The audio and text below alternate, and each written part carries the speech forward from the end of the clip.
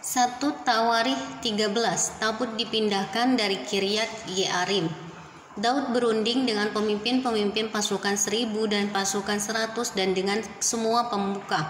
Berkatalah Daud kepada seluruh jemaah Israel, jika kamu anggap baik dan jika diperkenankan Tuhan Allah kita, baiklah kita menyuruh orang kepada saudara-saudara kita yang masih tinggal di daerah-daerah orang Israel, dan di samping itu kepada para imam dan orang-orang Lewi yang ada di kota-kota yang dikelilingi tanah penggembalaan mereka, supaya mereka berkumpul kepada kita.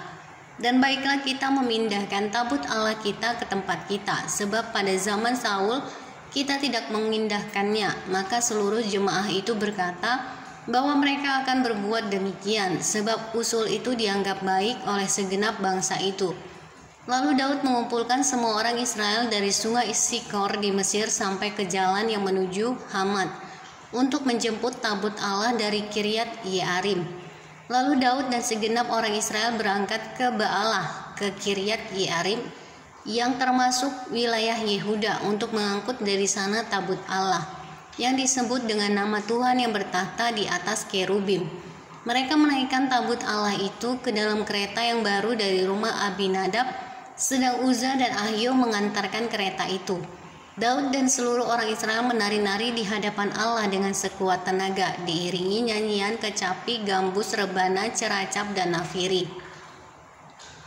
Ketika mereka sampai ke tempat pengirikan Gidon, maka Uza mengulurkan tangannya memegang tabut itu.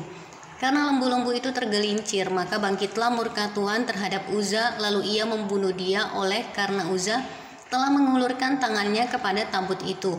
Ia mati di sana di hadapan Allah. Daud menjadi marah karena Tuhan telah menyambar Uza. Demikian hebatnya, maka tempat itu disebut orang Peres Uza sampai sekarang. Pada waktu itu Daud menjadi takut kepada Allah. Lalu katanya, bagaimanakah aku dapat membawa tabut Allah itu ke tempatku?